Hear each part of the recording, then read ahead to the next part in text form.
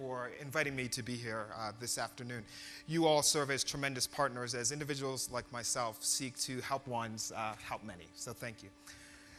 Every great science story starts with science fiction. Mine was no different. I remember growing up and begged my mom. Finally, she let me watch the great Star Wars movie. And in the second one, Empire Strikes Back, there's this scene where Luke Skywalker gets in this epic battle with this guy who later turns out to be his dad. And in this epic battle, Darth Vader cuts Luke Skywalker's hands off. You're like, I'm a little kid, right? People's hands aren't supposed to get cut off in movies. But next thing you know, here's Luke Skywalker, and he's got a new hand. There are these like little robotic parts hooked up to the hand. Luke Skywalker thinks about moving the hand moves. And all of a sudden, there's this world in which technology has restored function. Luke Skywalker has a new hand. I couldn't imagine this, right? This was science fiction. There was no way this was possible. I spent my early childhood years fascinated with computers and engineering, went through my undergrad years, and as I was finishing up undergrad, I heard about this work being done at Duke, and there was a scientist there, and his goal was to create this field called Neuro Prosthetics.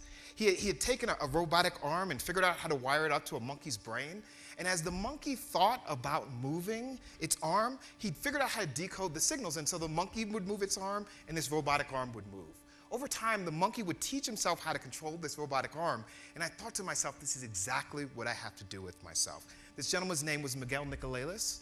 When I met him, I said, Miguel, I can't believe you've done this. You've got this arm moving. He says, no, I'm going to do something better. I'm going to make a paralyzed person walk again.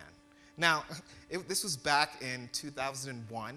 I thought to myself, man, this guy's like really grandiose, right? He's going to make a paralyzed person walk again. This sort of thing hasn't happened in like 2,000 years, and here's this guy telling me he's going to do this. And this is a picture. This is from the World Cup in Brazil. Miguel is from Brazil. He's a Brazilian scientist. And it was a paralyzed person in a fully robotic exoskeleton who came out and kicked the opening kick. And so I trained in an environment where the impossible was possible. And the whole goal was to figure out how to make technology useful for those suffering from devastating illnesses. I enrolled in Duke in the MD PhD program, and I had some formative experiences. One of them was in the State Psychiatric Hospital, in which my first patient was a veteran with schizophrenia. And I remember leaving that encounter thinking to myself, man, nobody can tell me like what's going on with this guy's head, what's changed. Nobody could tell me how the medicine worked. And all of my curiosity around science and engineering became focused around this framework of understanding what happened in mental illness.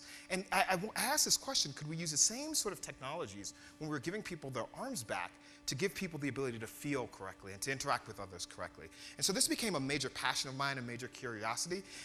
And I had quite possibly the most formative experience when I started psychiatric residency. And I'm going to tell you that story. So his friends called him CJ. He was a brilliant 19-year-old kid when he started getting messages from the TV and radio telling him to kill himself and kill his family. About 6 to 8 months earlier, he graduated valedictorian of his class. He went off to college full of the hopes that he could change the world. But soon after getting on campus, he started having problems concentrating. He just couldn't pay attention in class. He failed his first semester of classes, and his parents, knowing that there was something wrong with their brilliant son, they took him to see a pediatrician, and then a neurologist, and then a psychiatrist. No answers. The only thing his parents knew was that CJ was in no condition to go back to his school, so they kept him home from his second semester of classes. One day when they were sitting at the kitchen table, CJ he got up, he walked up to his room on the second story of their house, he opened the window and jumped. His parents were still sitting at the table when they heard the crash outside in the bushes. CJ survived without major injuries, but his parents were absolutely terrified to leave him alone. They took 12-hour shifts watching him, and at the end of a week and a half, they were totally exhausted. And CJ was only getting worse. CJ was now seeing angels and demons. They were telling him he was a horrible person, that he deserved to die. The pictures on his wall screamed at him all day long. His parents were out of options, and so they decided to take him to an emergency room. As they were driving in the car, CJ, who was sitting in the back, opened the door and tried to jump out. His mom just happened to be sitting next to him and grabbed his arm and closed the door. It was CJ's second suicide attempt in 2 weeks. The drive seemed like an eternity, but eventually they got to the emergency room. After being there for 2 days, he was admitted to my inpatient psychiatric unit, and that's when I met CJ. When I met him, he would have these long conversations with the walls, each one ending the same way, with him begging for them to let him live. I'd seen these symptoms before, and so I started CJ on an antipsychotic medication, and over the course of several weeks, CJ went from being what we would say critically ill to being severely ill. And so his parents were at a loss. Like, why wasn't CJ back to his old self? CJ had schizophrenia. And as I sat down to deliver this message, I took a deep breath and I braced myself. So you can never quite imagine how a parent will respond to this. Sometimes, for some family members, they're just confused.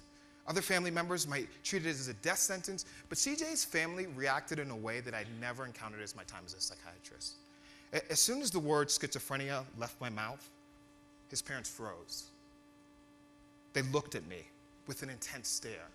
I thought perhaps I should explain the history of the disorder and the prognosis, but with every word I said, I was just met with defiance.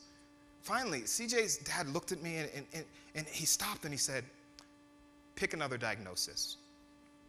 Pick depression. Pick bipolar disorder. Pick early onset Alzheimer's for their 19-year-old son. And so I kept trying to explain, and it was clear that I wasn't making progress. And CJ's mom stopped, and she said, Dr. Dzirasa, you just don't understand. If you diagnose my son with that illness, you don't understand the stigma he'll face, the shame he'll have to deal with. But I did understand. My family has struggled with mental illness for generations. 3 out of 4 of one of my parents' siblings carries a diagnosis of schizophrenia or bipolar disorder or depression. I remember what it was like in grad school to commit one of them. I remember what it was like to hire a private investigator for us to find one of my family members who went missing, only to discover them 6 months later in an alleyway on another continent hallucinating. I understand the shame. I remember what it was like to spend most of my time in grad school terrified that any given day I myself could wake up hearing voices or seeing things that weren't there. And when I passed into my 30s and passed a critical window for developing one of these illnesses, that fear became a fear that one day one of my children or one of my nieces or one of my nephews would be diagnosed with one of these illnesses that affects 20 to 30% of American adults annually. So while my journey started with curiosity, it's not curiosity that leads me to study the brain, it's fear. The brain is made up over 200 billion cells, and for centuries, philosophers and scientists have tried to understand how this organ tiny enough to fit in the palms of both your hands, leads to feelings and movements and thoughts. And we've learned a lot in that time. We've learned that, for example, the differences in your left brain and your right brain when it comes to things like moving your arms or creativity or speech or vision. But what those early psychiatrists and philosophers and scientists didn't understand was that about just under half of those cells in the brain were able to process a force that those early researchers couldn't see or they couldn't touch: electricity. In fact, it turns out one of the best treatments for depression, the most effective treatments, and we've known this for decades, is putting electricity directly in the brain. What most people don't realize is that medical centers all throughout this country still use this treatment, electroconvulsive therapy. And so this brings me to the question that I want to raise today. What if mental illnesses are actually illnesses of electricity? So electricity is defined as a movement of charge. In the brain, that charge is made up of chemicals. Those chemicals are chloride, potassium, sodium, and calcium. Just another half of those cells are able to move those chemicals back and forth across their brain cells to generate electrical pulses. So in the brain, the electrical communication between brain cells is directly related to these chemicals.